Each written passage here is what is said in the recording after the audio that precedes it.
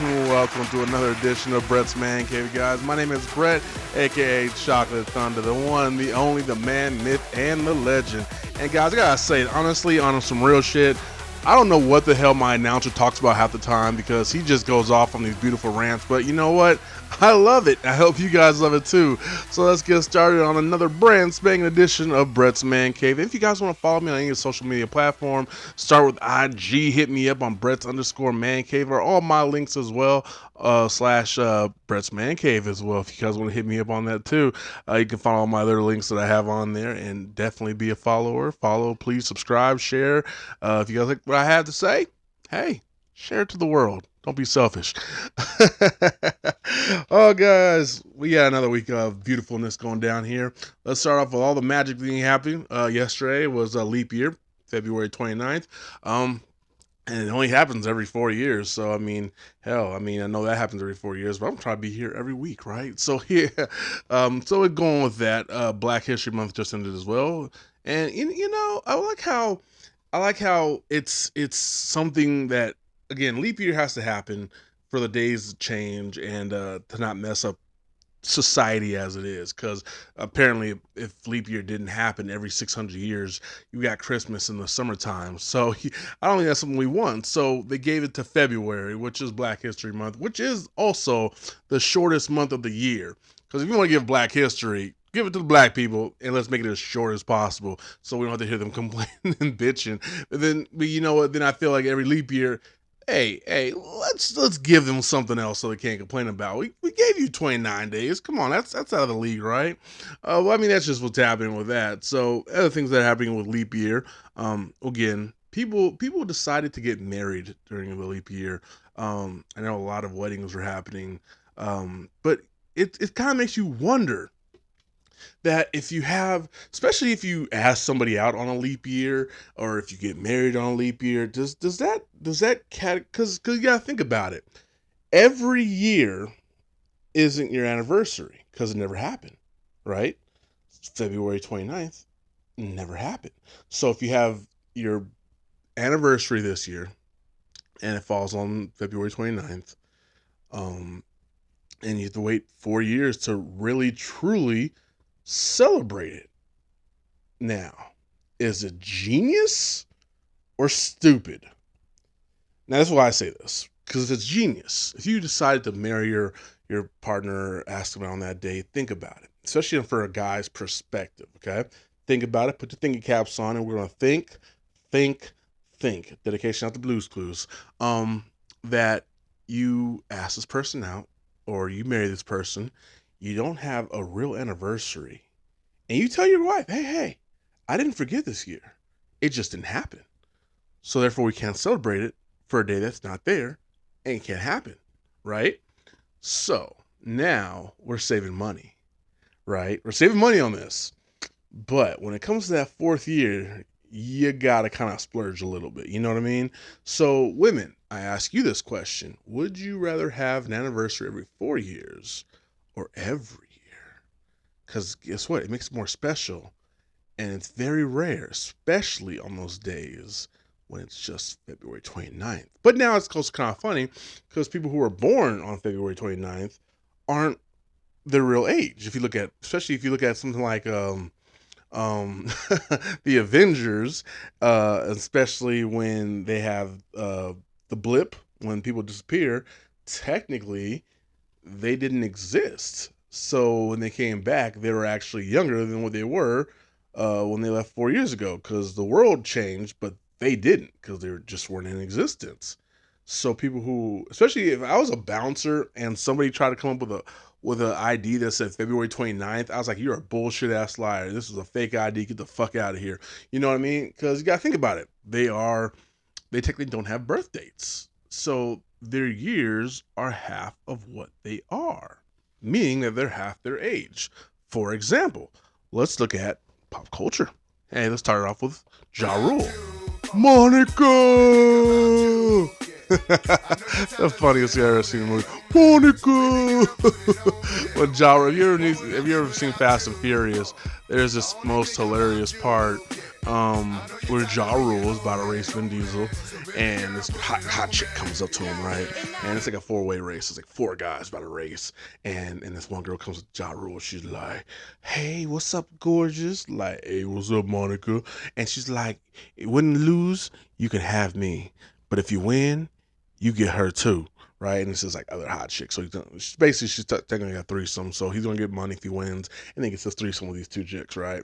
Then later on, like he's racing. He thinks he's winning. He's like, I'm gonna get this, Monica. He keeps it, Monica. And then eventually, like, Vin Diesel hypes in the like hyperdrive and goes in, kicks his ass, and speeds past him. So literally, as he speeds past him.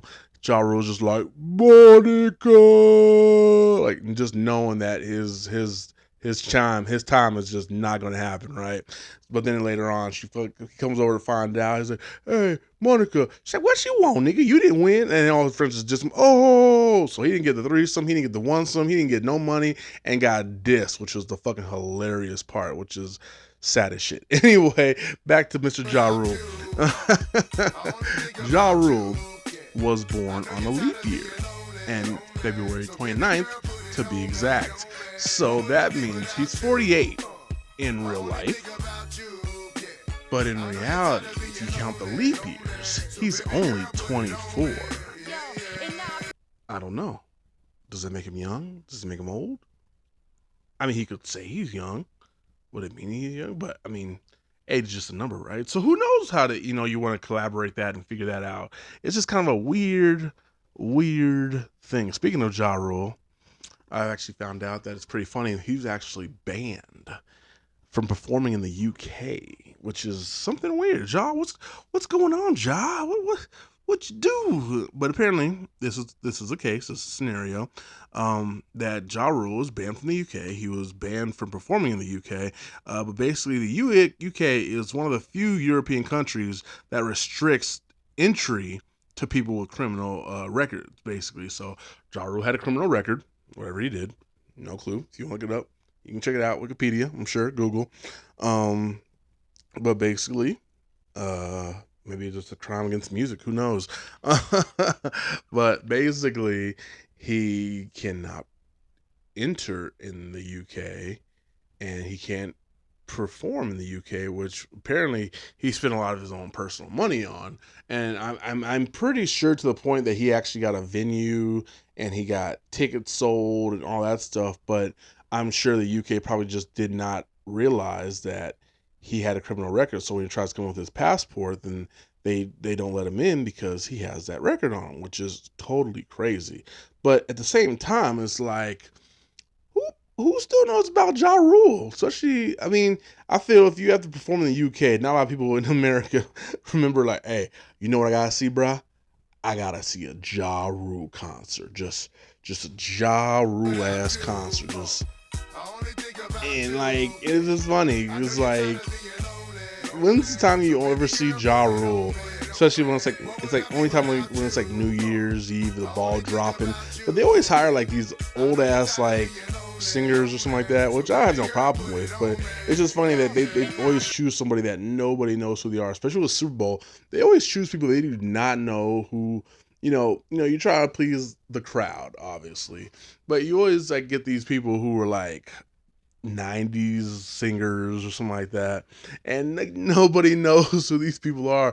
Remember that one year where Justin Timberlake performed, and they're like, he went into the stand, and even this little white kid was in the stand, did not know who Justin Timberlake was for the life of him at all. So it was just totally funny to watch this kid like, yeah, this guy's cool, right? You see, but I mean, but regardless, and even when they got Missy Elliott to perform, nobody knows who Missy Elliott was unless you grew up with Missy Elliott, and she put on a great performance at the Super Bowl. But it was funny because people didn't know who the fuck Missy Elliott was. They're like, oh, who's this new rap artist lady who just knows how to sing and rap and do these things. But they're like, this is crazy. She's really good. And everyone started looking her up. But it's like, Missy Elliott's been around for forever, yo. Like, maybe it's just, you guys stop listening to this like mumble rap shit and actually expand on music.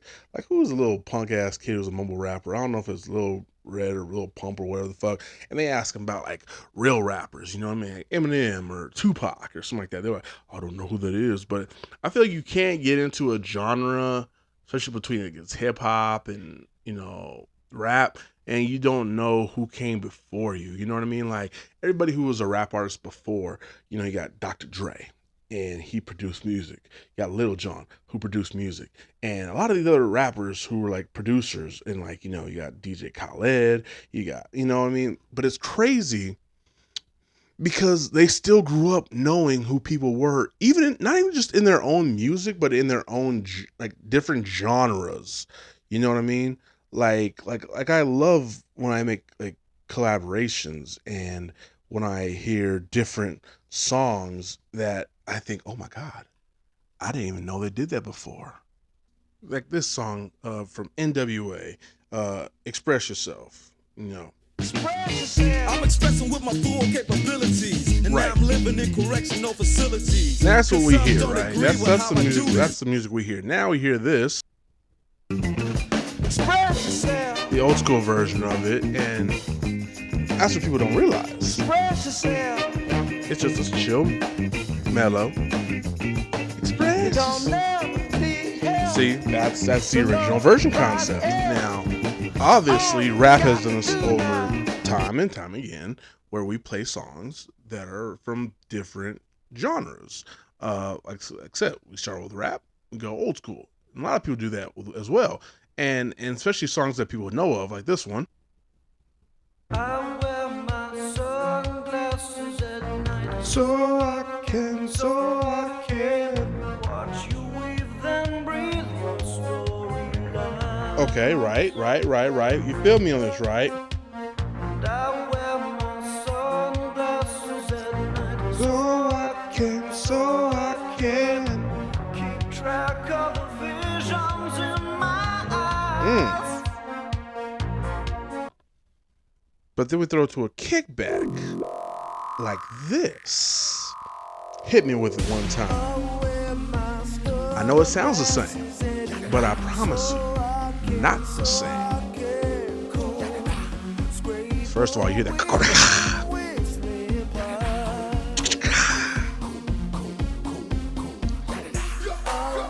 Got a little bass to it.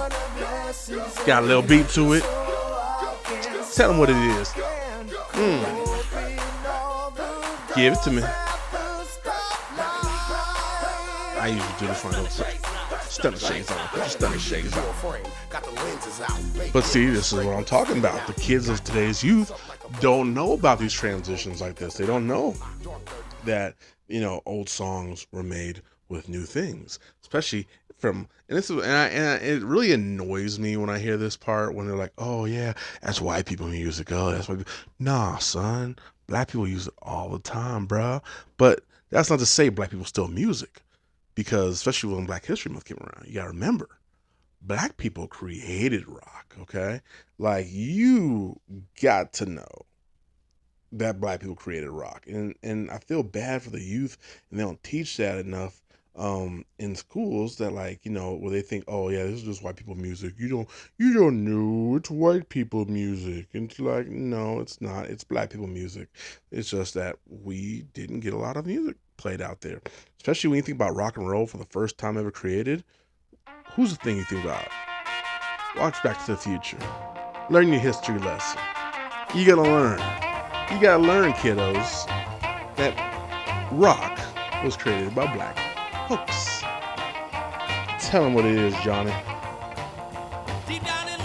Especially with Chuck Berry in there. This is a black person singing it. And we did pretty good at making rock music. Johnny be good. Didn't read and write so well, but he could play a guitar just like ringing the bell. Go, go. Go, Johnny, go, go. Go, Johnny, go, go. Okay, gotta throw my got sucked in there for a second. Sorry about that, guys. But again, it's always good to fundamentally know and teach kids about music nowadays, because I'm telling you that they don't know. They just don't know. Like, I hate to sound like an old person, Especially when they do like, oh, you young kids don't know. You guys don't know about this stuff nowadays. And when you look at Eminem and Dr. Dre, you think that was cool collaboration with the white and the black guy. No, we had white and black people singing all the time. Especially if you look at old school rock music. You look at people like Run DMC, and they collaborated with a white group called Aerosmith, and they created the first collaboration of interracial music. It was beautiful. I'm sure other people did that too as well. Especially if you look at Elvis, and Elvis collaborated with a lot of cats like BB King and Lover Cover. Ain't little bit with a titty in the middle. See, we even take rock and put it in rap. That's how cool it is. And I love when they do shit like that because it just sounds so crazy. Because it's a beautiful harmonization, like bringing people together like that. It just sounds really good. Yeah, say, hey, get it with a kitty in the middle. Now my thing is, I love this one. I love this one. You got Limp Bizkit here. I know, oh God, if you were born in 87 with me, you guys grew up with me.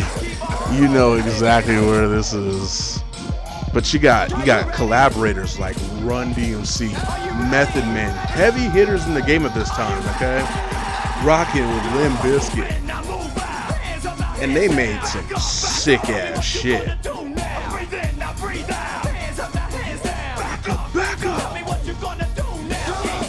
Rolling. And I'm telling you, when you put rock and rap together, the beats and the shit that comes out just sounds so much harder. Like, so much harder. Let me get to it. I gotta find that one part where I'm like, I gotta find that like, oh shit. Check my dangerous slang atrocious. When I let these nuts hang, Wu-Tang. See, black people know what's up. They even throw other regular rappers in there. All right. Enough of this music hour. I'm not a radio station. I'm a podcast. What the hell's going on with me? Sorry about that, guys. I got in my feels a little bit on that one. I had to rock and roll and jam a little bit. Woo! So like I told you guys, I was going to start giving you guys some dates. As today is March 1st, it's an Employee Appreciation Day, which happens to fall on a Friday, which I feel like that all that means is your boss is bringing in pizza. He's not giving nobody no raises. Don't expect no raises. It's just, you're just getting the pizza. You luckily, if you're not even Hawaiian pizza either. This is either pepperoni or cheese. That's all y'all get. And he didn't even go hard on it. Homie went to Little Caesars Pizza and got you guys some pizza. Not even Papa John pizza. He had a coupon for Little Caesars, so that $5 pizza came out to like $3 pizza.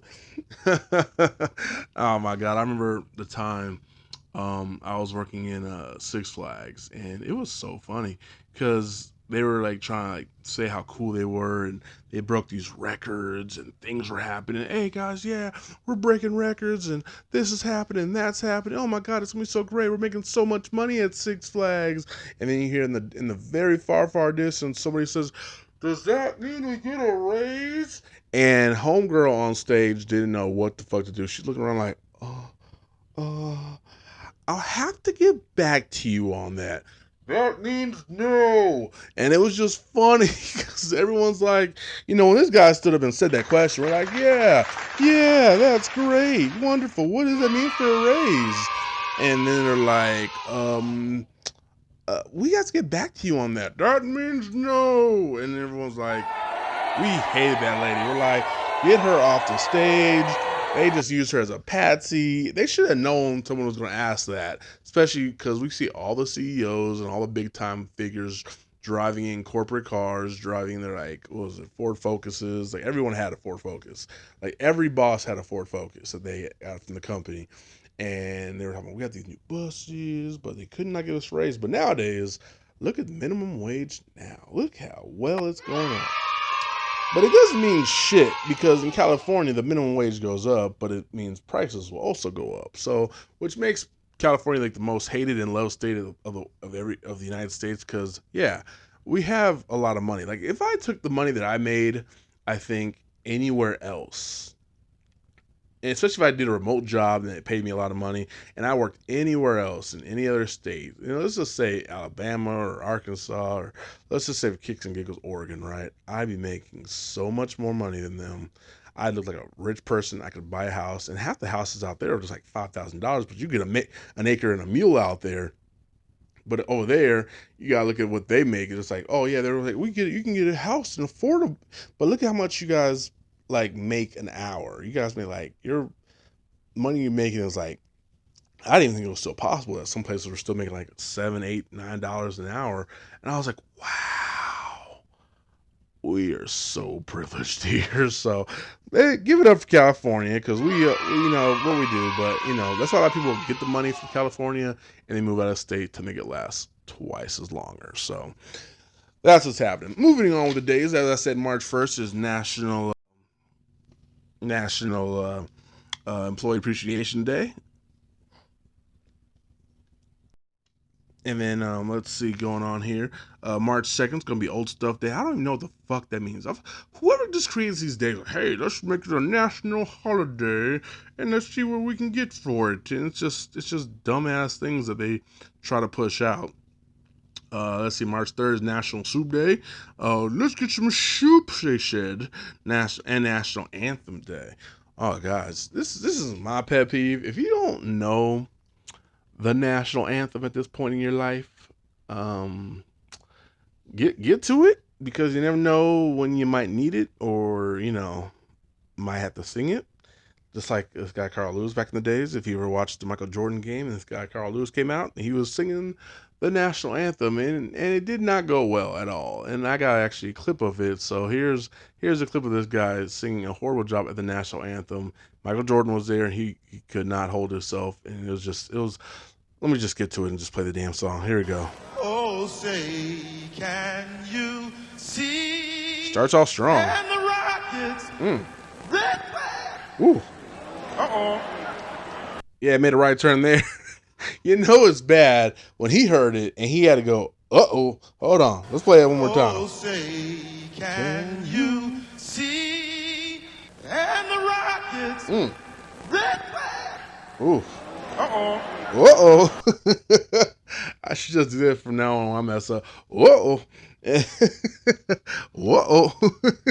One more time. I'm sorry. Oh, say, can you see? Uh-oh. And the rockets. Yes.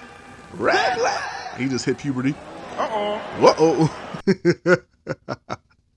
Oh, God, that's awful. Give it up for National Anthem Day. All right, here we go. Oh, National Anthem Day.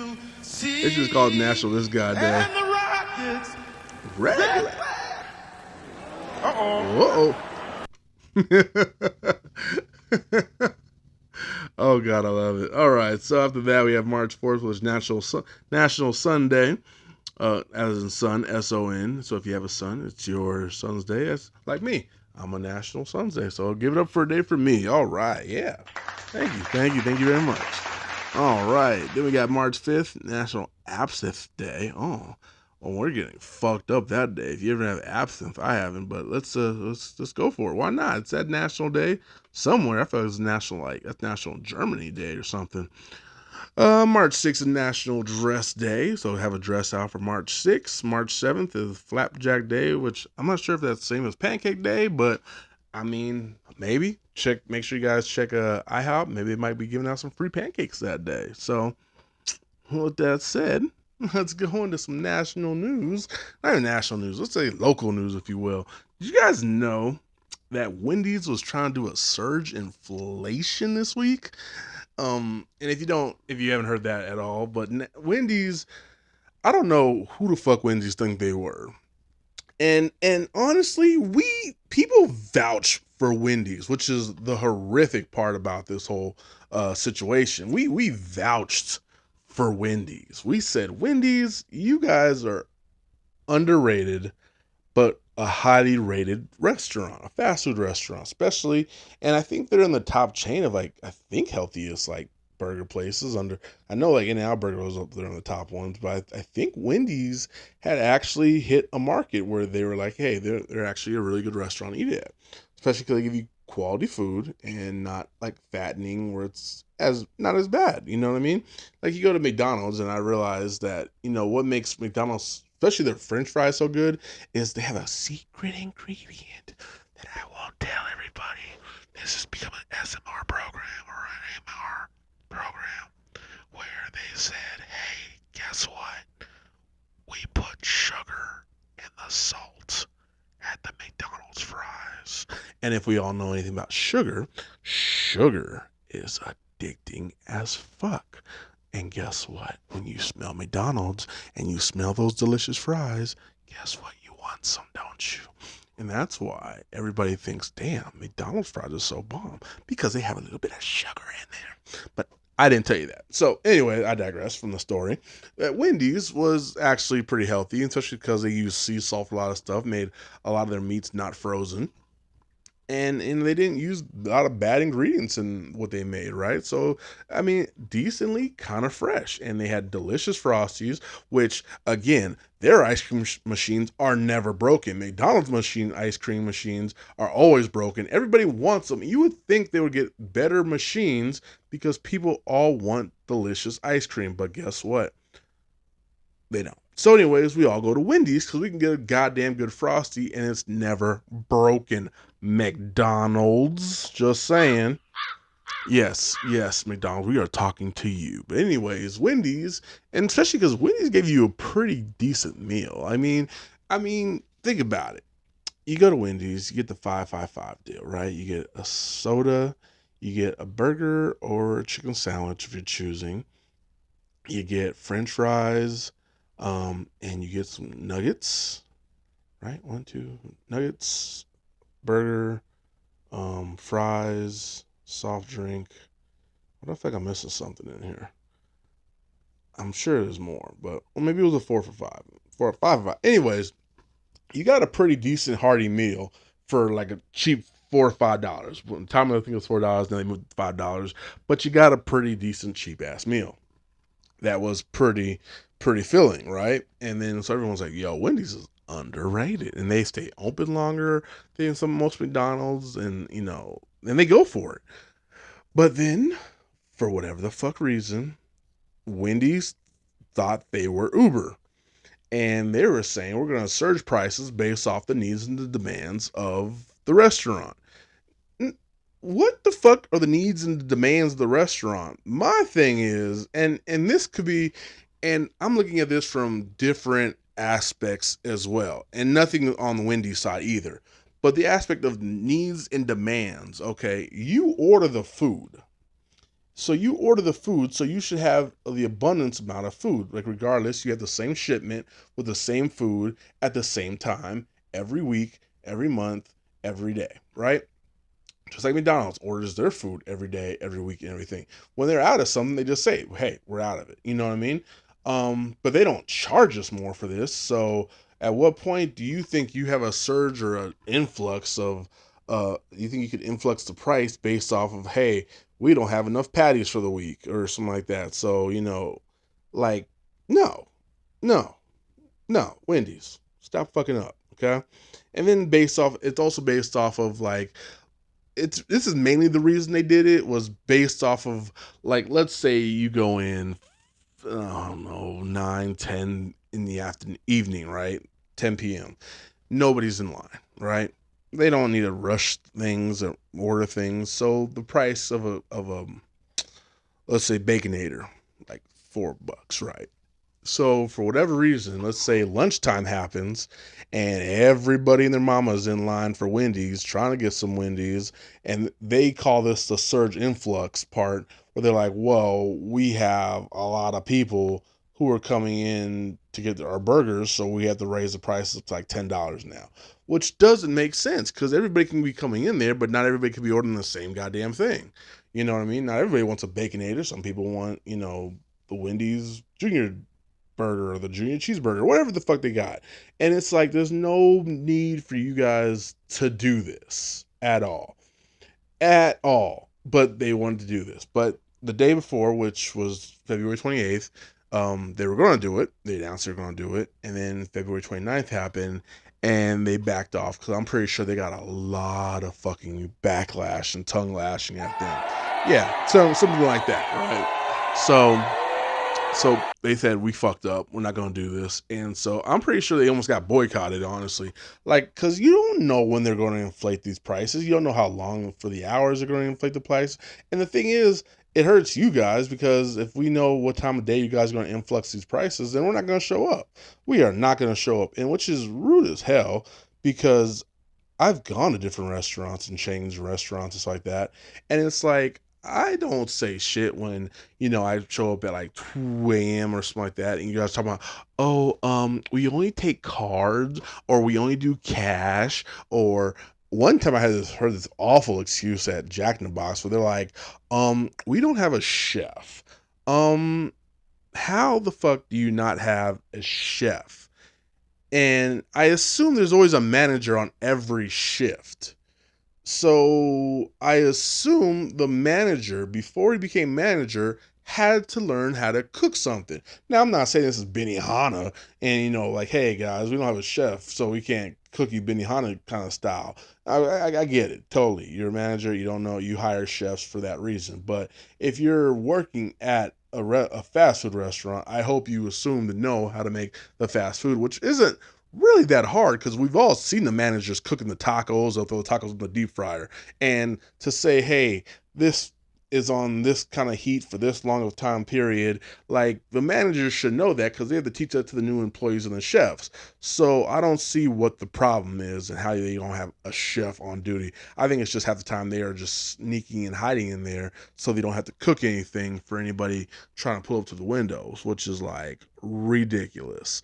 Um, but yeah, like so. Anyway, going back to Wendy's, and again, like I said, underrated place. They make funny ass commercials all the time. You know what I mean? Like, especially that guy's like, bad boys, what you gonna do? What you gonna do when we bring your food? Like, it's almost most. I can't even do it because it's so widely off rhythm that my rhythm is like, what are you doing, bro? Like, what the hell are you doing? Like, please stop doing that. Um, I even hate listening to the commercial when it comes along because that kid's so off rhythm and white and just doing it. So it's just a funny thing. But again, Wendy's, he didn't need to do that. But basically, it was funny because it turned into a giant fu from other fast food chains where basically they're like, hey, if Wendy's going to charge you surgeflation, then we'll have discounts on our food, or we'll give you an extra burger for a nickel, or we'll give you, these things for like half the price that Wendy's wouldn't give you. You know what I mean? So now you have fast food places competing for our love as it should be. We shouldn't have to want to go to fast food places, but we should be like, "Ooh, fast food place, why don't you love me? Do you not want me to eat your food? I want to eat your food, fast food place.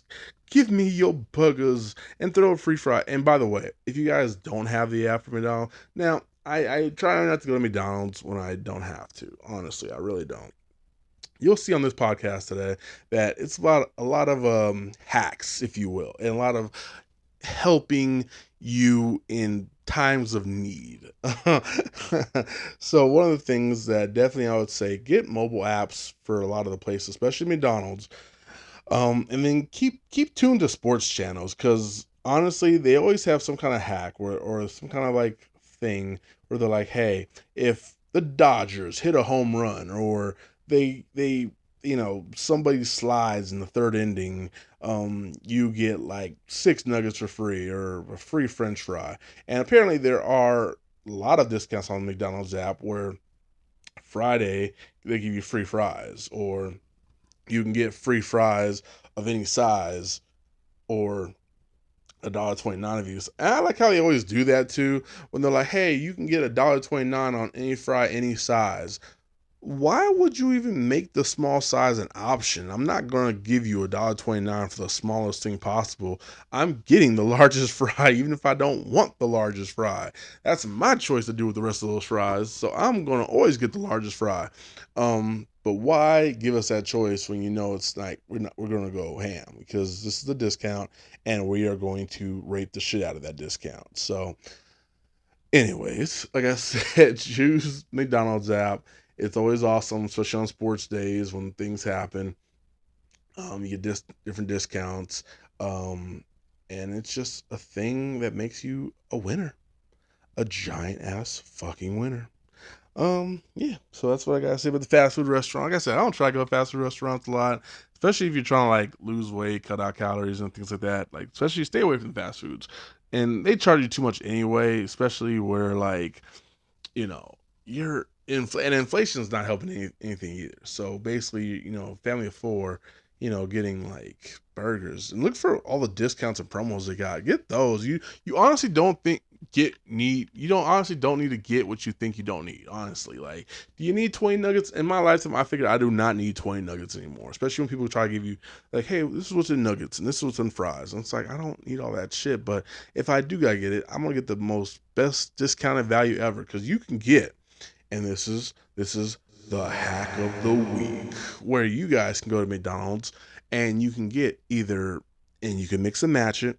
You can get either a chicken sandwich, spicy chicken sandwich, a McDouble, or a four-piece nugget, and you mix and match those two, and it only comes out to like $4. Okay, so that's the hack of the week, where basically you can get a burger, you can get some nuggets, you can get that, and throw that on your mobile app and get the $1.29 French fry, and you have like a whole combo set for like $6, maybe less, but I mean it's way cheaper than getting like an order they have there for like $9-10 where it's the same thing, and then you become overly full and a lot of calories are in there, and then that's how you get fat and obese, and that's how you're like, oh, I hate fast food places. But again, or you know what, just fuck the nuggets, invest in a Costco card, go to Costco. This is another hack of the week. Go to Costco. Abraham, I know my buddy is always listening. Abraham, shout out to you. Mr. Mendez. Me and him always see each other at Costco anyways because we always hook up those shit. We go to Costco. They have chicken chunks in the aisle, and honestly, the chicken chunks are like $13 for a big ass bag of like almost like chicken balls, chicken nuggets. I don't know what the fuck, but they're very meaty. It's like 22, 23 grams of protein for like 1 gram of sugar because it's very lightly breaded. And they put them in the air fryer. You can heat them up, microwave, oven, whatever it is. But you got a bang for your buck because this is like the extra meatiest, juiciest chicken you'll ever have. And it literally saves you so much money, time, and you get more full because these pieces are big ass fucking chunks and they're delicious. So give it a shot. I'm telling you guys right now, you'll thank me later. Whew. Wow, talking about all that food. I'm getting hungry after this podcast. I'm gonna go eat something. My God. All right. Moving on to other news. Let's get on to a celebration. Guys, it has officially happened. I have hit 10,000 followers on Instagram. Oh my God, I'm so happy this week. 10K. 10,000 followers on Instagram. Do you know how crazy that is? So if you're not following me on Instagram, please follow me on Instagram. Don't be that person who's left out of the equation. Brett's underscore man cave is so great right now, guys. Literally, I have followers. I press out content as much as I can, just like on here in the podcast. But I literally put every platform to everything I do, so everybody is always following and being entertained. If I can't entertain you on the podcast, God damn it, I guarantee you I'm going to entertain you on my IG. If I can't entertain you on my IG, I'm going to entertain you on my TikTok. If I can't entertain you on my TikTok, I'm going to entertain you on my Facebook. If I can't entertain you on any of those things, maybe you just need a personality. I don't know what to say about that, but I'm trying to entertain as much as possible, and this was a way. Like this is it was honestly a blessing, and I know. I'm cheering for it, and I was just so happy because shit's gonna get harder now. So the bar is now moved up. Now the level has moved up now, and honestly, 10,000's I guess that influencer style. It's that influencer status that you have now. So what can you do with it? So now I have to put in the work and I have to show people that I am worth these 10,000 followers, and I have to make sure everyone is still entertained by these followers. Um, and I have to be the influencer or social media content creator that I am, and I have to keep pressing out things because this is what I want. This is like the hustle that you get, especially when people get mad about when they see like these kids who became influencers by doing dumbass things on TikTok. But there's some people who actually work really hard for these kind of things to like say, hey, you know what? I'm an influencer, I'm a creator, and I want to like either teach you something or learn something. And that's basically, again, that's what this podcast is going to be based off of. I want to teach you guys things to help increase your life and make you better at what you do with money, family, your future financial investments. And that's why I'm here. That's what I need to do for you guys. Like, that's what I want to give to you. So honestly, coming up the next segment, it'll be basically a life lesson, a little bit of um a lesson that, and it's funny because they were I got asked by a survey guy in the parking lot. You know how they make you sign, hey, can you sign up for our petition that we have? And I felt bad I didn't sign it.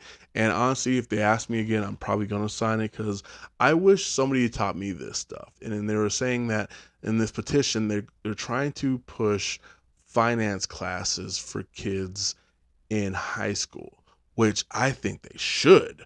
I wish I was taught finances in high school, and maybe my life would have came out way different, much better. I don't know. It could have done something for me differently. You know what I mean? Like, I feel like my life may have been in another direction, or your life could be in another direction. But I would especially want my kids to learn financial responsibilities, and not even just that, but also like the idea is like, hey, this is how I save money. This is how I get equity. This is how I push things. This is how I get side hustles. This is how I can be better in life. You know what I mean? And it starts with the kids. And speaking of kids, the goddamn Girl Scouts of America at the same shopping center where I get my groceries from, which this guy had the petition for. I hate, I feel bad.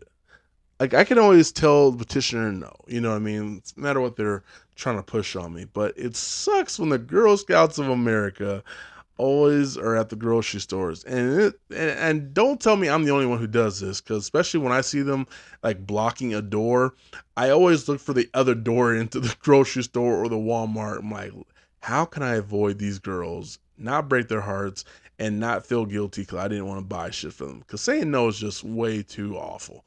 Um, but basically, I don't want to hear these kids crying and they're just booing me as I walk away. Because I don't know what they have badges for anymore. They can have a merit badge and sharpshooting, and they can just take me out if they had to. So, that's the case on that one.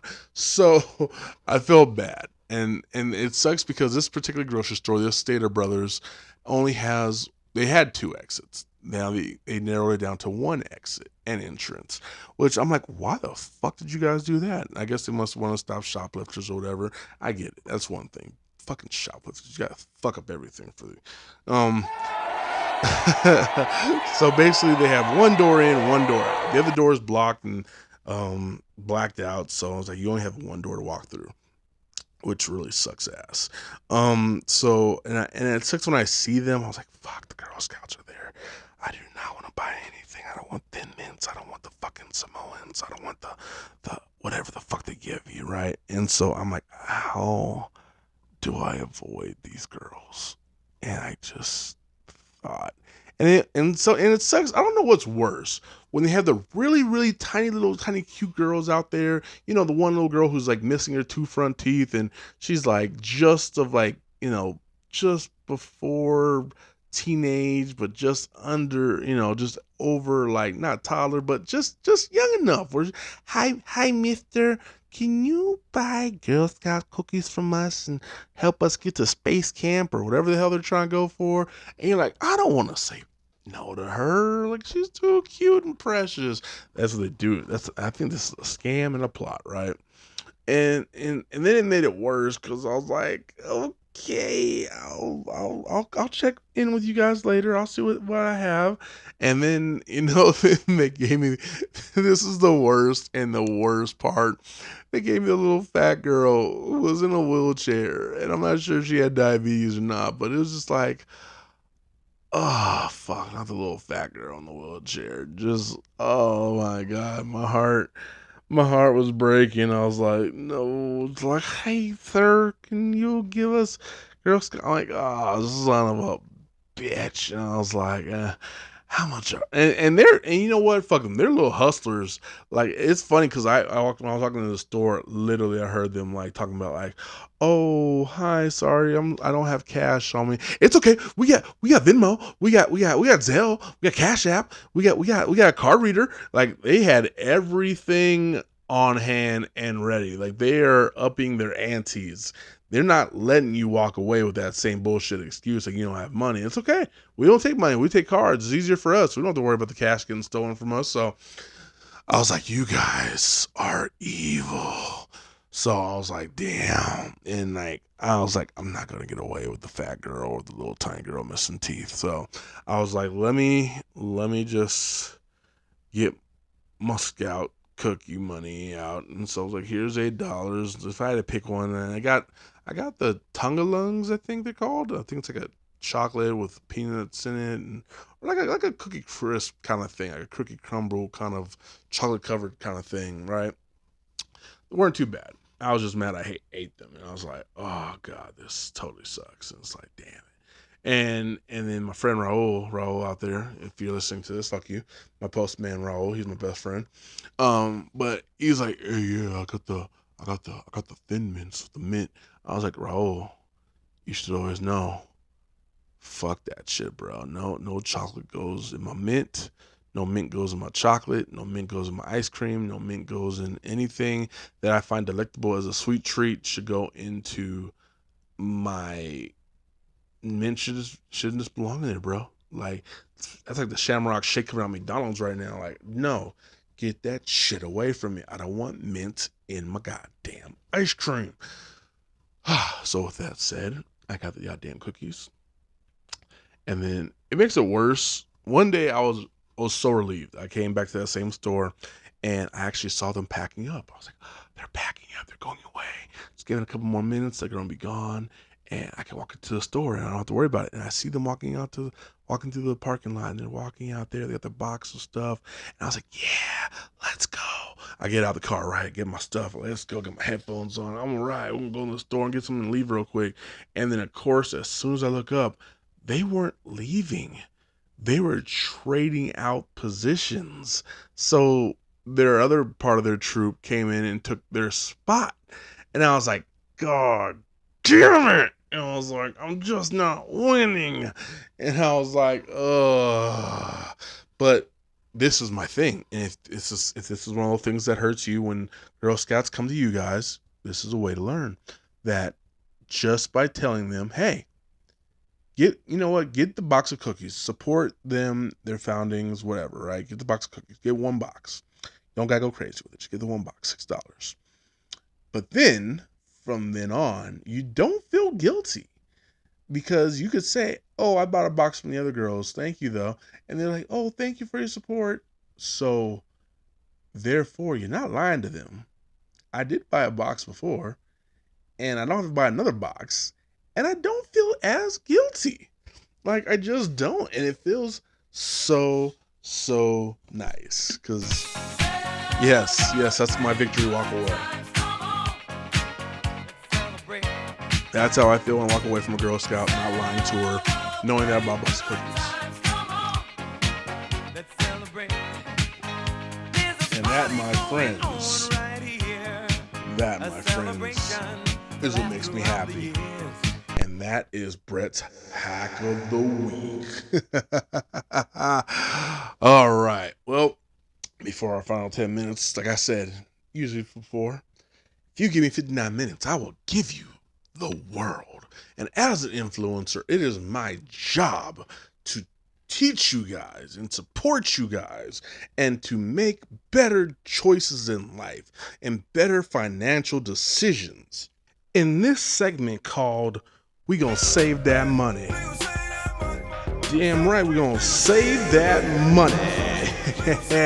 Where, you know what? I think it was so upset for me that all my life I didn't grow up with good financial decisions. But I'm gonna help you guys make better financial decisions in your life. You know, you get to a point in your life, you're like, damn, if somebody would have taught me that earlier, I would have been good. So I'm here and I've done the research. So I'm going to tell you guys how to save that money. Because we gonna save that money. You know what I mean? And I've done the research, I've done the calculations. Now, I get it. I'm not a financial investor. I'm not a financial stabilizer. So please don't try to sue me for anything because Brett said do this. I'm giving you the best options for you to save your money, make your money work for you and not you work for your money. Because at some point, this is your investment. This is your life. This is your legacy. This is what you'll pass down to your kids at some point. So you need to figure out what the best thing for you to do is, because everybody is different. And I get that. But this is the best opportunity for you to start saving money in a better way for you, your family, your future, and your financial investments. If you don't believe me, try it. I've done it. I've tried it. It's been working for me. And like I said, you're not gonna be a millionaire overnight. You're not. It's just not gonna happen. But I can probably help you get to that point in further in life investments so you can be a millionaire at some point, or your children could be millionaires. Who the fuck knows? Teaching them, especially at a certain age, and this is like what I was talking about earlier, is that like there's a guy that he's teaching. They were trying to make uh, not a protest, but they're petitioning to have financial things taught in classes. And if I was a teacher, this is the kind of thing I would teach them in class. So, therefore, this is what I'm going to teach you guys. So, ready for a chance to save that money? All right, so you gotta hear this song. If you ever heard this song by Save That Money by Lil Dicky, the rap game do got it all wrong. Especially if you think about all these guys who go and get big and famous and shit like that. You know what I mean? Like they go on MTV Cribs and they buy all this dumbass shit like 50 Rolls Royces and necklaces and diamonds and money and the shit. And then you look at that. Then you look at the documentary of rap artists who, like MC Hammer, for example, made millions. You know what I mean? But then what did he do? He threw all that shit away, bought too much jewelry, didn't invest in anything, and just fucked his shit up. And the realest shit I ever heard in my life, and it's regulating with me now, is if you ever watch that movie Baby Boy. Yeah, Melvin. Melvin was the baby boy's mom's boyfriend, right? And he just got a penitentiary. But he always has some words and some shit that this shit resonates with me, and it's called the guns and Butta. But when you're making paper, you gotta learn some rules to go with it. You do. You gotta learn the difference between guns and butter. Butta. There are two type of niggas in this world. There are niggas with guns and niggas with butter. Now what are the guns? The guns, that's the real estate. The stocks and bonds. Artwork, shit that appreciates with value. What's the butter? Cars, clothes, jewelry, all that other bullshit that don't mean shit after you buy it. That's what it's all about. Guns and butter, baby. That's really what it's all about, baby. The guns and butter. So again, when I talk to you guys about these kind of things, I'm talking about the guns. Let's talk about some guns. Now again, I can't tell you what kind of guns to buy, but I can tell you what guns that could help you. So let's talk about the guns. Let's talk about what Melvin said. He's the stocks. Okay, first thing I did, invest in stocks. Fuck the crypto. Fuck the crypto. Literally, fuck the crypto. Look, I tried crypto. I tried it. I I didn't like it because the fact that I'm giving you money and the money that comes out less than what I gave you, I'm not making a profit. What's the point? Especially, it's like the fact that if you go to Disneyland and they at one point in life, and this is a fact of history, because back in the day, Disneyland wanted to up their shit and give you Disney bucks or Disney dollars, if you will. And Disney dollars were some monopoly money, if you will. Let's just say it's monopoly because that's what it was. It was monopoly money. And basically, you go there and you're like, hey, I'm going to give you 50 regular dollars. And you're going to give me 50 Disney Monopoly dollars. And Monopoly dollars are basically nothing you could spend outside the park. You could spend anything inside the park. So basically, if you gave your kids this money, they couldn't fuck around and throw it off on some dumbass shit. But if they're in the park, obviously they could spend dumbass shit. So you have the Monopoly dollars, you have the Disney dollars, and the Disney dollars are only good for Disney stores. So you spend that, right? Now, if you take that money into the real world, it's not worth any kind of value. So, and what makes, I mean, that's even more basic than crypto, honestly, because the idea of crypto is that, like, saying, like, hey, here's the $50 that I give you for this Monopoly money, and you tell me that $50 is worth $25 in whatever, you know, Disney dollars, which is the fucked up part about that. So basically, you could be giving them more portion of a money and they give you less of it back or less of it to spend. Because remember, at one point, people were talking about you could use crypto at places and stuff and things like that. And it's like, well, I'm giving you money and you're saying it's worth less than what I'm giving you. So who's profiting from this? Because I'm obviously not. If you said my $5 is only worth 250, and that doesn't make any fucking sense to me.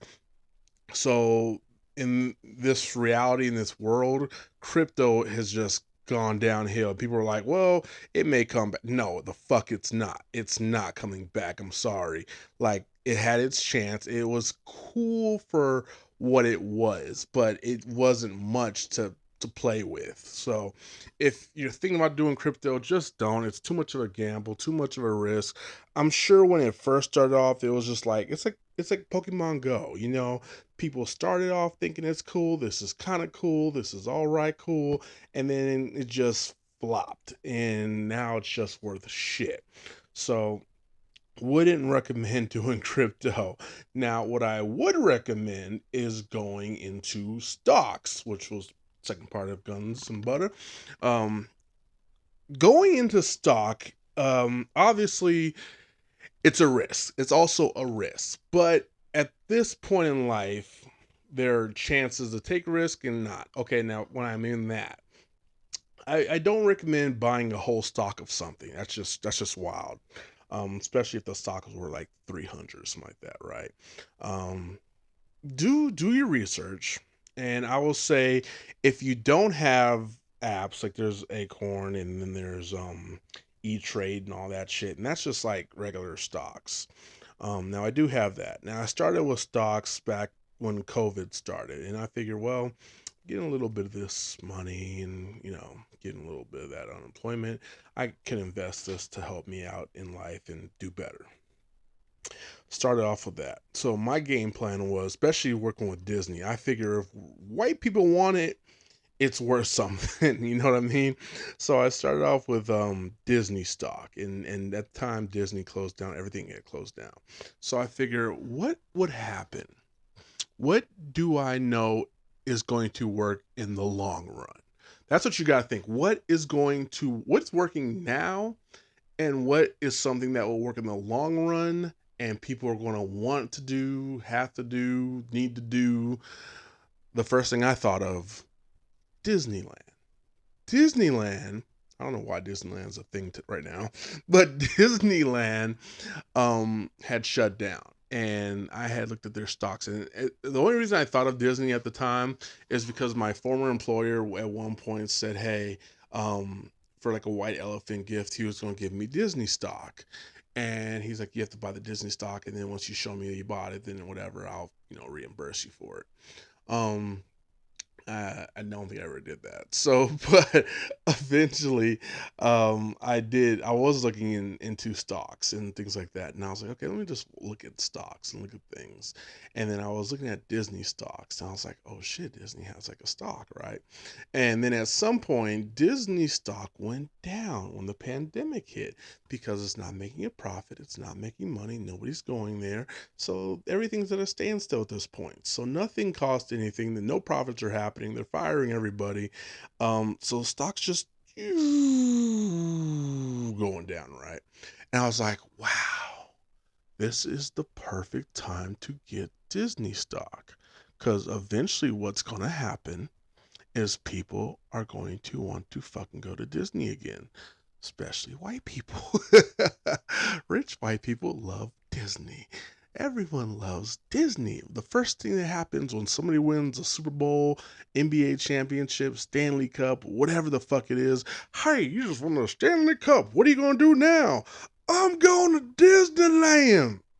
So, so that's my first thing is Disney will never go away. It'll never fade away. It only gets bigger. It only gets better. And everybody always wants to go to Disneyland. So let me buy Disney stock. So I bought Disney stock. And to my surprise, it was only like $90, maybe less than that, $70. But I saw it definitely going down. It was like 120 at the time when I first saw it, and then I saw it go $90 and $70, and so it was there. I was like, damn, let me get this Disney stock. That's gonna be fucking crazy. I'll get Disney stock and it'll go up. So I got the Disney stock. And the pandemic ended, and it didn't go up, and I was like, crap. So I'm just sitting there awkwardly, like, what the fuck happened to my Disney stock? Now, it could have worked. I think it should have worked, but I think this is also what happened. Disney regulated the amount of people trying to come to Disneyland. It's not that people didn't want to come to Disneyland. The first day they opened up the pandemic, people rushed to Disneyland. Disneyland was like its own pandemic. It was like everybody wanted to go there.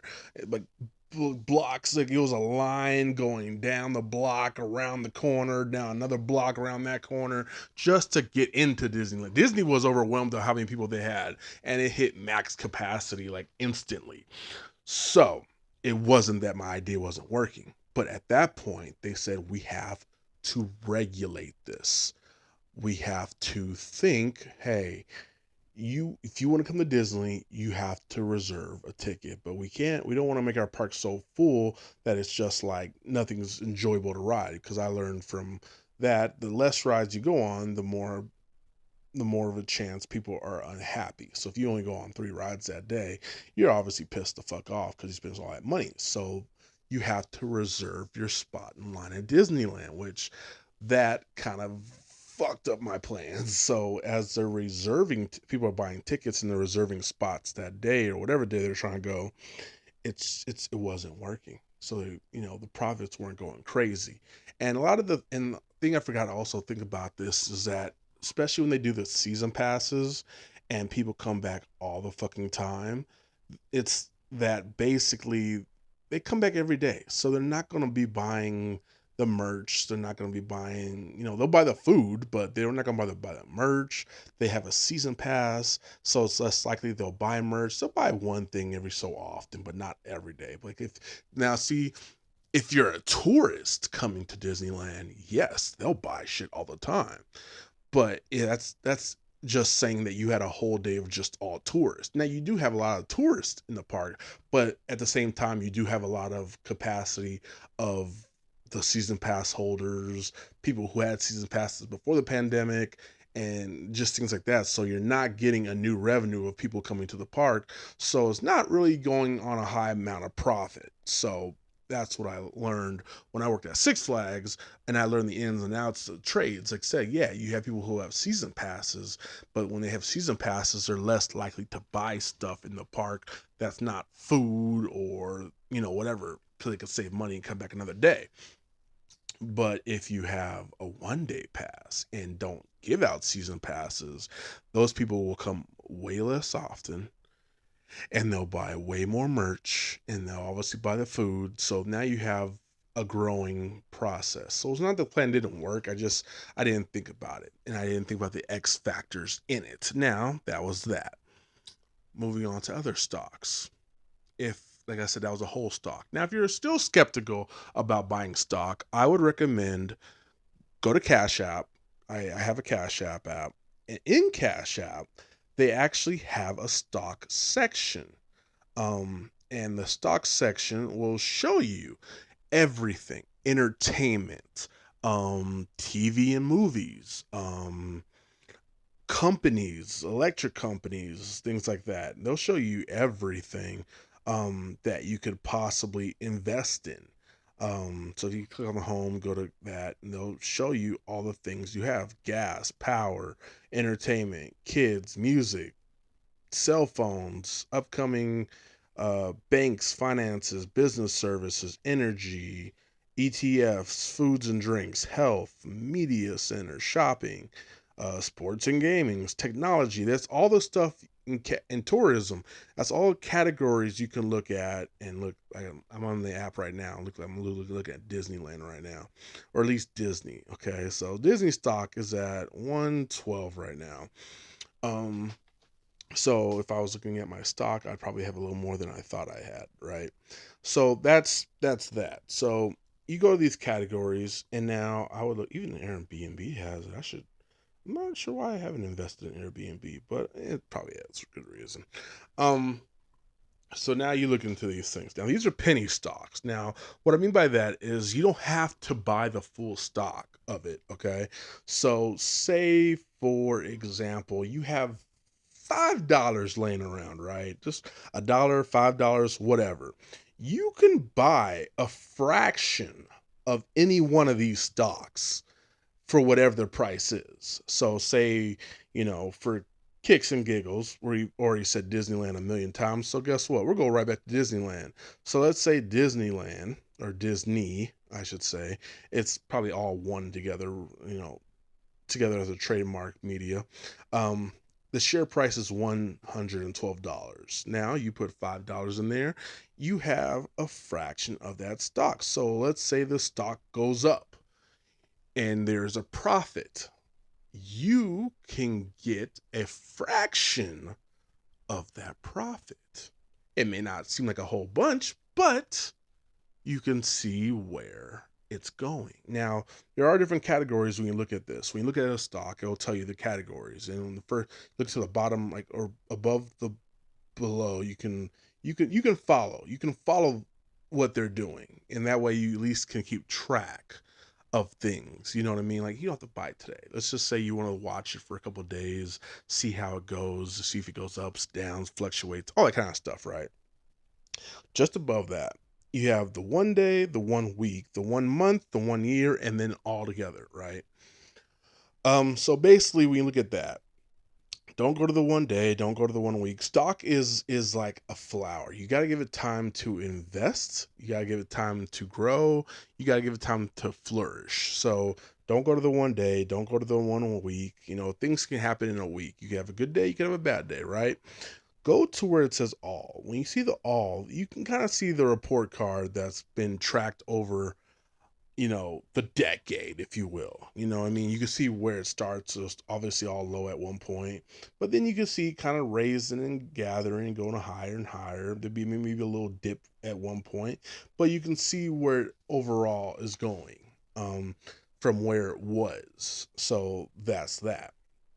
Um, so going with that, then you can also look under key statements, and it's like it'll tell you like, hey, this is how much the share is worth, this is how much the market cap as, you know. So again, the Disney stock is $112.87. The market cap is $207 billion. The revenue for the last 12 months has been 88, you know, $88 billion as well. So again, you can kind of keep track of this. I know some of this seems a little confusing, but I promise you, just kind of look at it, and you can kind of tell you what the profit is. And then there's kind of like a little tally mark if you keep scrolling down that will tell you the financial annually, quarterly. You know, tell you, hey, what they made last year, what they this year, what they made the year before last year, 2 years ago, 3 years. So it goes about 4 years. So that way you can kind of keep track of, hey, where were you at? How much did you grow in profit? And how much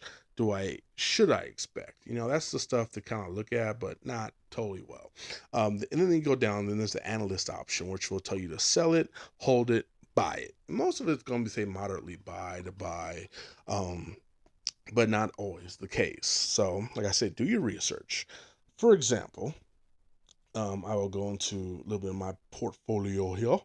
So I've bought a lot of stuff. I've gotten everything from General Electric, Meta, ExxonMobil, Tesla. Tesla was the one that really kicked my ass. That I'll tell you that I invested in money. And another fun fact is that these aren't tax deductible because these are, you put money in these and they gave you a profit out. Now, the idea is that you don't quite have this money, but it is metaphorically there. It's metaphorically there, if you will. And if you don't understand what that means, there's a funny thing by um, Trevor Noah, who basically talks about Elon Musk and how he has ta- how he's not evading taxes, but he doesn't have to pay taxes for something he doesn't have based off the curricular that he has. So this. I know it's going all over the place, but argue listen. that you cannot tax billionaires on the shares that they hold in a company because it is an unrealized gain, right? So they go like, yeah, you're worth 300 billion, but we can't tax you on those stocks because you haven't sold the shares, so you don't like have the money. And I understand the argument. They go like, no, you don't have it. It's just what it's worth because it could also crash, and then you have nothing, so we can't tax you on it. Then I'm like, okay, I understand that. Then Elon Musk offers to buy Twitter. And then he says, in his offer, he goes, I'm putting up my Tesla stock as collateral. Then I'm like, so you do have it? Then he's like, no, I don't have it. I'm just going to say as collateral. So then they accept the offer. He now buys Twitter. Now that they've accepted his offer, he now goes to private equity and banks and like other rich people and whatever. He goes like, can you guys borrow me the money to buy Twitter? And then he's like, I want to buy Twitter because I don't want to sell any of my Tesla shares. So I want to use your money to buy Twitter. And then it's like, but then they're like, what are we loaning it against? And he's like, well, my Tesla shares. Then I'm going like, wait. So you can buy a thing based on what you have. Yes. But when we want to tax you, you can say, I don't have it. So therefore, you can again you have gains when you buy stock, but again, it's like an invisible force. So it's there, but it's not there. So until you pull it back out, they can't tax you on shit. So you could have $1 billion in a stock, can't tax you until you take it out. But anyways, I regret. Nonetheless, going back to stocks, especially with Tesla, I invested in Tesla a while ago, and I put like $5 here, $5 there, five, right? And then I kind of stopped because this is the problem that I had, especially with Tesla. Tesla, when I started, and this is before Elon Musk said anything, before he bought Twitter, before he bought X, whatever the fuck it is, before he talked about Trump and all the Republican bullshit. He Tesla stock, let me tell you, was almost 2 G's, $2,000, right? Today, it's worth $180. And I bought it when it was worth something. So therefore, I have financially put in $70 into Tesla. And basically, they've crashed, and I am in like a negative right now. Um, so I put in $70, and my stock is probably worth less than that now. So it's like crypto. But see, the thing about stocks and things like that, especially with Tesla, is I put $70 in. My loss is at $31.80. But see, that's the thing about when you buy stocks. You can technically see what you're investing in. With crypto, you don't know what the fuck you're investing in. You're just hoping that enough people are putting in money so you can make money. Um, I know that sounds so fucking confusing. Even saying that out loud says it sounds confusing.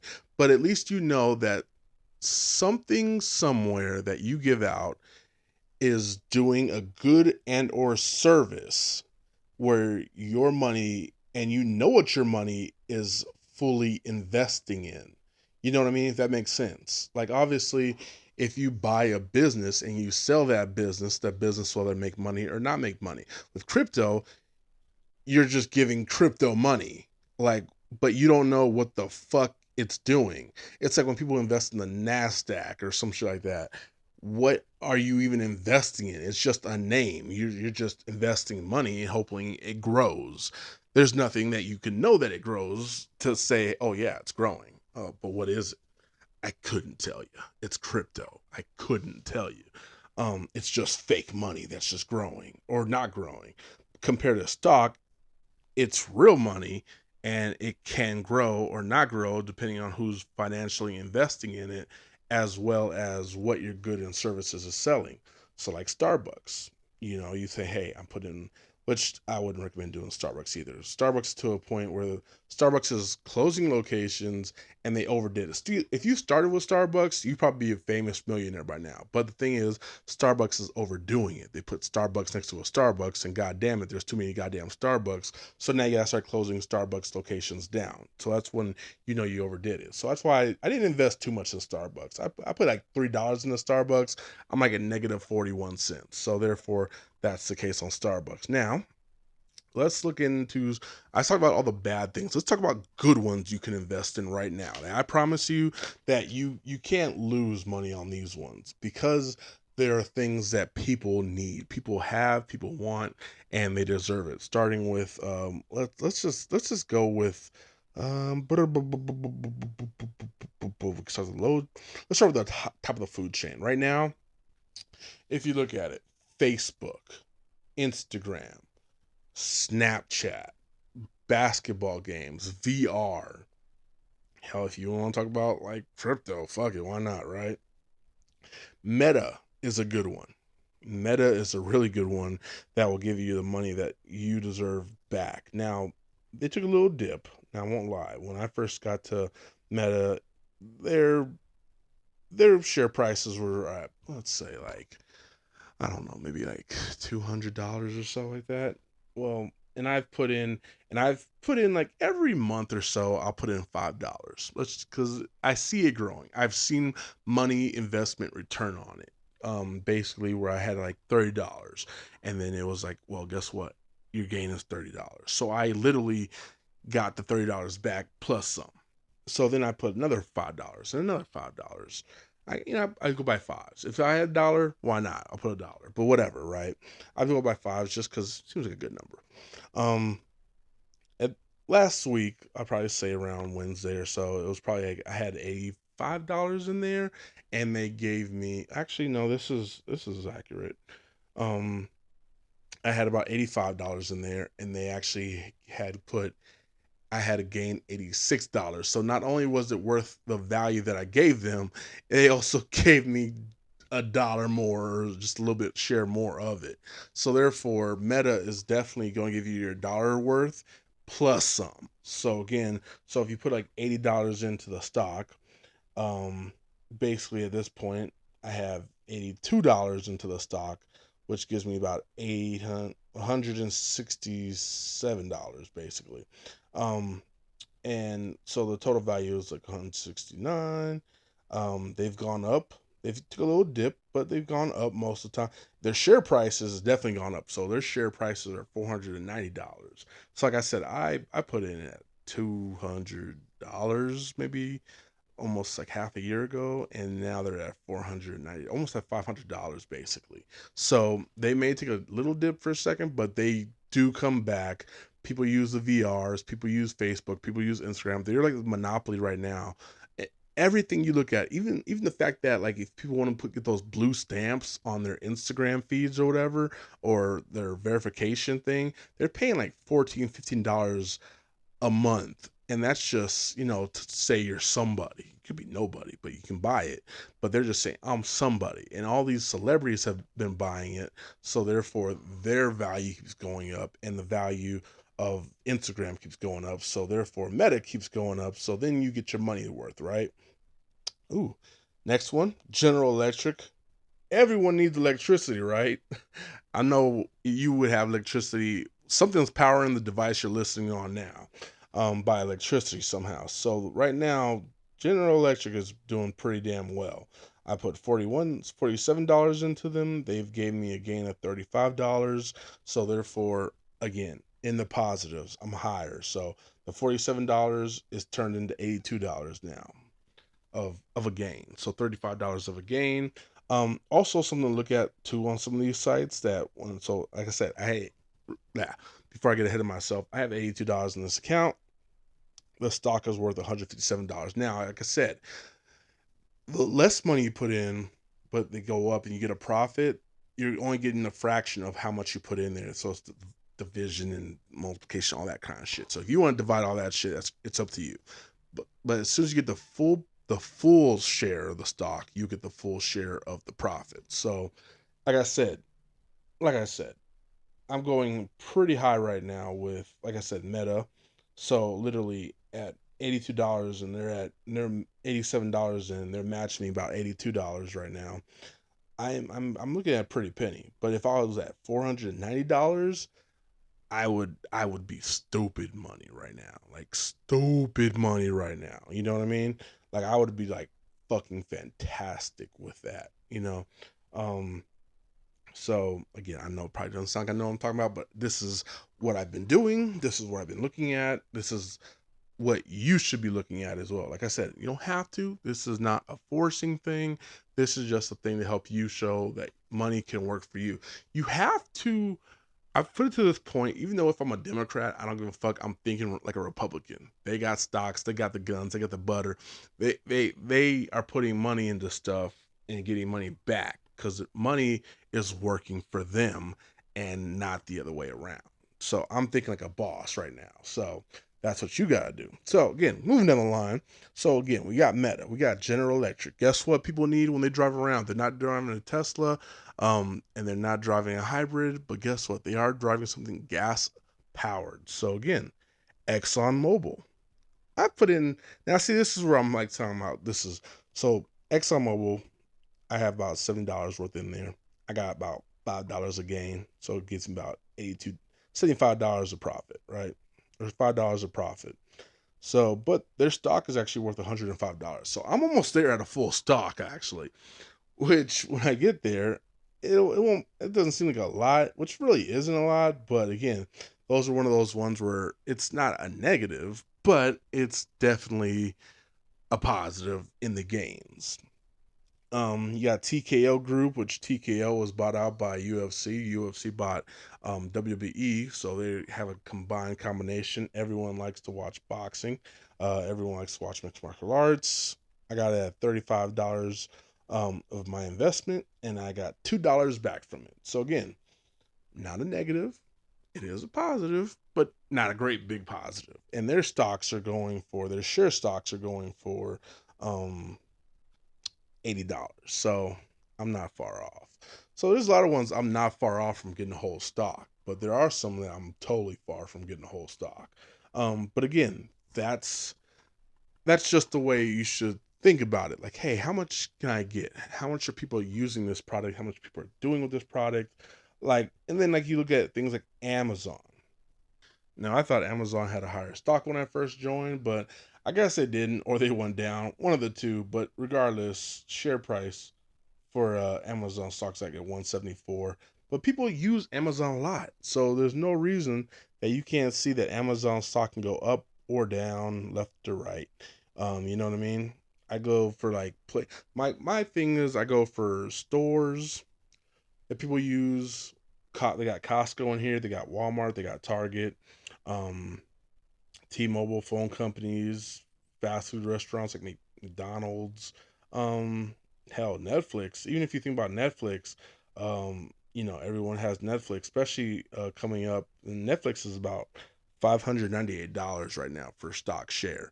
And if you think about it, starting next February, WWE wrestling will actually be going off live cable TV, and they've been bought by Netflix. So Netflix will actually be showing WWE. So yeah, that's a lot of WWE fans who are going to watch wrestling. So therefore, you buy it now cheap, and then next year when they go higher, because WWE fans are watching Netflix, guess what? You'll already be in the winning for the race. You know what I mean? Now it's also kind of a thing to look out for also on these things are dividend points. Now, dividend points are basically thank yous from the company, almost like how I'll talk about the next segment of savings. Um, when you look at dividend points, it's like, hey, I'm giving you money to invest in this company. Now, this is what especially separates this from crypto. You're giving them money to invest in the company, right? That company will in turn give you the money for the profits, but then also say, hey, for being with us and supporting us, we're going to give you a percentage back, almost like an interest, if you will. Now, some of them fluctuate, some of them are higher, some of them lower, some of them just based off of stock. But basically, you get the profit from the stock. That's one thing. But you also get an interest on your investment coming back into your gains, saying, hey, this is the interest that we have. This is what we owe you for letting us borrow your money.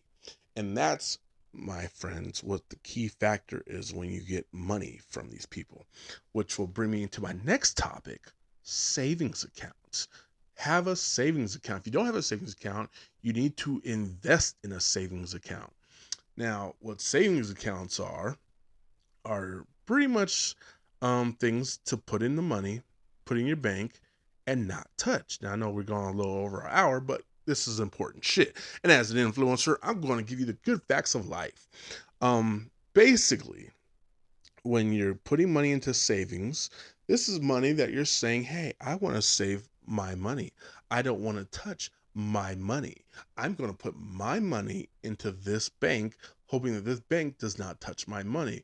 Well, banks need money to keep processing. And when they don't have money from their own self, they'll borrow your money.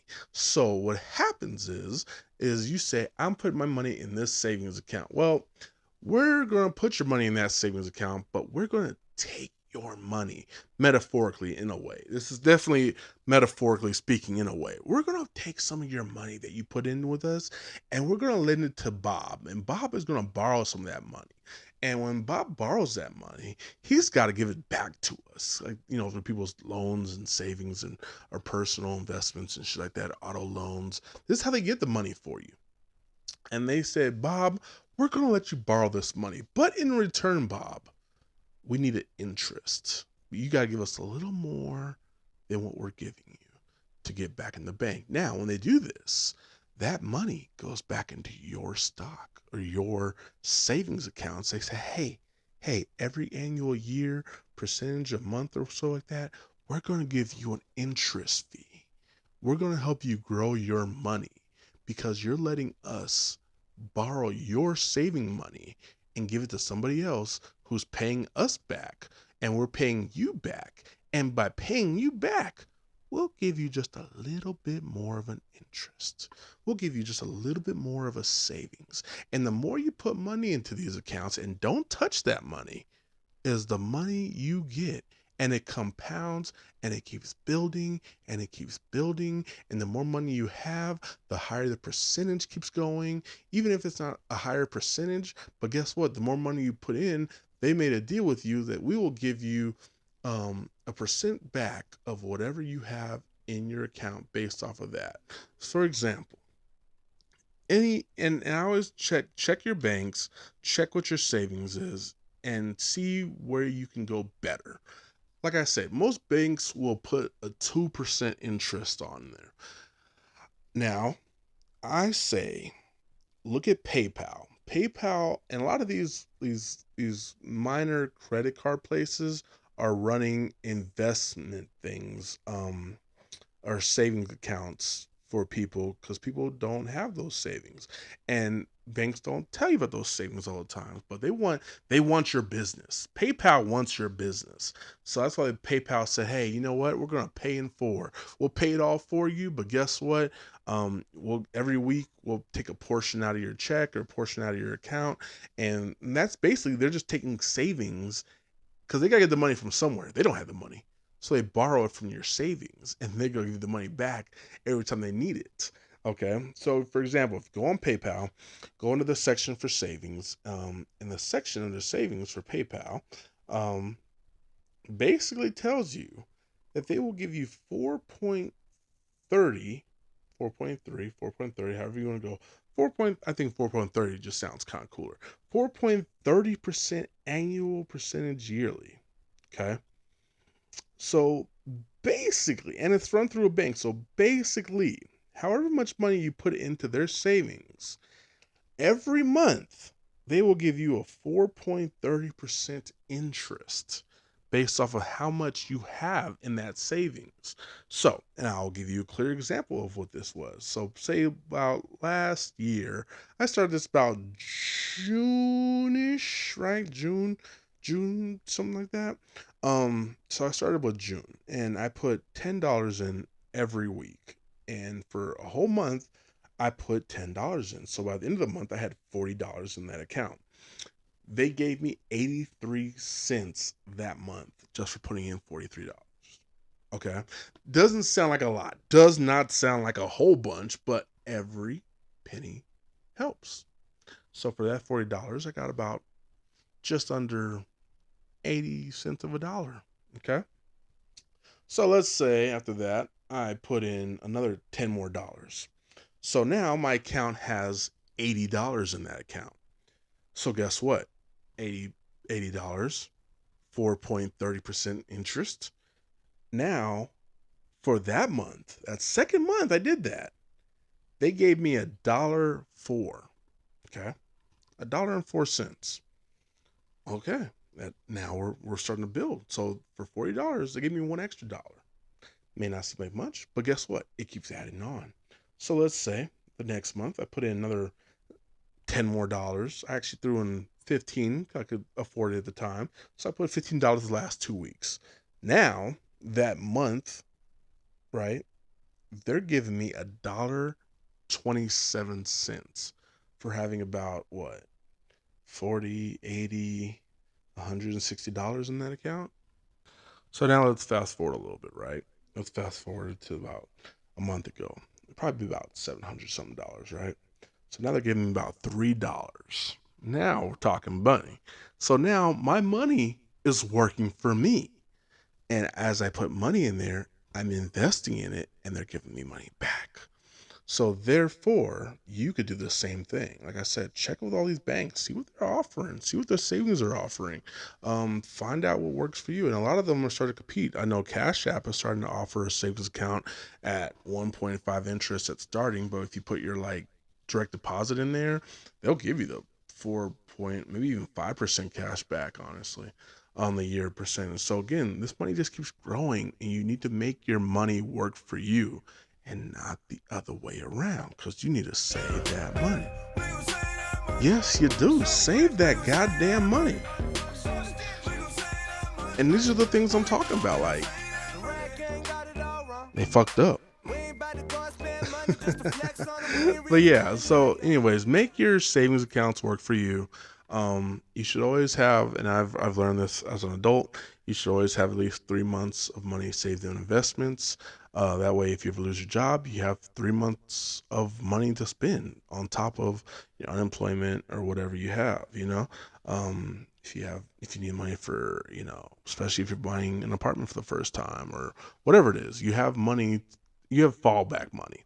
You have emergency money, rainy day money, bill money, whatever the fucking case may be. But again, between the stocks, I hope this advice was good for you guys. Literally, especially if you tell your kids about this. Abraham, especially if you tell your dad about this kind of shit, okay? Like literally, this is the kind of things you need to do to save money, build up the equity. Hell, even Chime. I would even recommend doing Chime. And again, this is not a public service out announcement. This is just things that I've learned, especially when you have good credit, bad credit, good credit that went to bad credit, and you're trying to build your credit back up. Chime actually has a credit builder program.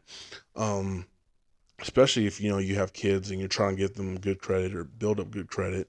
They actually you start off with a checking account, and you can get a credit builder account. And basically, between Chime, Venmo, um, and like I said, Venmo has one where when every time you spend money, I think on your debit card, it pushes like it rounds it up and pushes the other money into your savings account or your credit card. Now, if you buy a credit card through Venmo, you get the 3% cash back. Especially if you buy a credit card for the first time, look for the cash back stuff. Cash back stuff will help you out so much in life, especially when you look for these other credit cards and debit card places because they actually do give you discounts at a lot of these places. For example, like Foot Locker, if you go, you have like a discount because you're using Venmo or whatever it is. Um, and basically, you can go back and you can go through Venmo and they give you the cash back. So you buy something, they give you a little bit like a 3%, 2%, and 1% cash back on anything you're buying. So basically, when you're using the credit card and you're paying it back, eventually, if you spend so much money, they'll give you 3% of that cash back into your account. So it kind of works good for you. Like it works for you. Again, your money is working for you. So when you buy something, it's like a thank you. Here's some money back, or like a discount, if you will, at the end of the month. And good job for paying them back and things like that. So look for those kind of things. But if you're having bad credit, look into Chime. They have a credit builder. Now, a credit builder is kind of like a prepaid credit card. Basically, what they're saying is, and the cool thing about a credit builder is basically you're saying you're putting money in, not money you can't afford, but money, just money. A lot of these credit cards report to bureaus and say, hey, they have this much money and they spent this much money and this is how much money they paid us back for. So coming back to Chime, you could put $1 in that account. Chime, you spend that dollar, spend it on a soda, whatever the fuck it is, right? Chime will tell the investors or credit card investing companies that says, hey, he has a credit card with us. He or she has a credit card with us. They spent money, and basically because it's a prepaid credit card and a credit builder, all they say is the money is already paid back. They spend the money, it's already paid back. Because like I said, it's a prepaid credit card. You can't put more money than what you want to hope to expect to spend. Like I said, that's why it's a credit builder. Now, what I do is also like a little life hack. So basically, the credit builder helps build your credit up while you're, if you have bad credit already or if your credit dropped, but it helps build your credit back up. That's the point of a credit builder. And so what I do is when I have a payment, and they also do like plans where if you're going to make on time payments, like let's say through your um basically through your, like, say you have Spectrum or Hulu or however you pay your shit, um they will say, hey, if you pay your bills with our credit card, one, tells the investors that you're using a credit card. Two, you pay the credit card back, because again, that's like the hack, that's the point of it, is just to say, hey, they spent an X amount of money, but they don't tell them how much money they spent or how much money is used on the card. They just say, you spent something on a credit card that we gave them, which again is the hack. And the idea that says they pay the money back, and they also use it to pay bills. So they're responsible. So it's a double hack. And so basically, it's saying that they paid the money back and they're paying it toward bills. So they are very trustworthy when it comes to credit card resource payment like that. Whew, that was a lot. So those are the main things you can do to help you save money for your financial investment. Now, also, last quick thing is if you have a job and it pays a 401k plan, it's always great to get one of those, especially if you see that it's there. Get it, grab it, got it, because 401k plan, especially if the company pays out what you're paying, will just inevitably just keep adding on to your funds all through the rest of your life, and you can never go wrong with the 401k plan. And that, my friends, is how you save that money so you can shake that money maker later on in life. You know what I mean? That's just what the fuck we do here in Brett's Man Cave. And again, that's the idea, how to save money, guys. Make money work for you, and again, not the other way around. Woo, man, that was a deep podcast this week. I'm not gonna lie, that was a deep one, very deep one. But again, guys, thank you for tuning in. I know we ran a little longer than usual, but today was a good celebration and a good day just for like commemorating. We got the 10,000K follows on Instagram, and I hope you guys learned a little bit about financial planning. Hey, again, I'm not a great financial strategist, but I think I'm doing pretty well. And I hope there's more secrets that I could teach you guys later on as an influencer, hopefully now, that I can teach you guys how to save money, make money, do the damn thing. You know what I mean? But speaking of 10K followers, guys, if you want to be part of that 10K following me, please follow me on Instagram. That's Brett's_Man Cave on Instagram. You can also follow my other links. Chocolate_Ink87 as I started my new tattoo company. Gotta love it. Yeah, I love tattoos. If you love tattoos and want one, hit me up. Why not, right? If you want to ask about more financial advice, again, hit me up with my IG, Brett's_Man Cave, or go on all my links and then find Brett's Man Cave. I'll be there. I'm here to help you guys out. You know what I mean? I love you guys as fans and as followers, and I love you guys for all the support. If you love Brett's Man Cave Show, please like, subscribe, follow, share, all that shit with your friends. You know what I mean? Because I can't get big without you, and you can't learn more lessons without me, I hope. You know, I think I've go through enough life lessons to teach you guys what's going on. And that's what mainly what Brett's Man Cave is about. It's just about storytelling, and you know what I mean? I do the trials, tribulations, and everything else like that. So you don't have to. Or if you want to do those things that I do, hell, go to the strip club, you know, find out the funniest things in life. Hey, come with me. Be an adventure with me. Maybe you'll be on the cave one day, you know what I mean? Hey, why not? But again, guys, I love you. I appreciate you. And again, until next week, I'll see you right here on Brett's Man Cave. Thanks, guys, for playing along.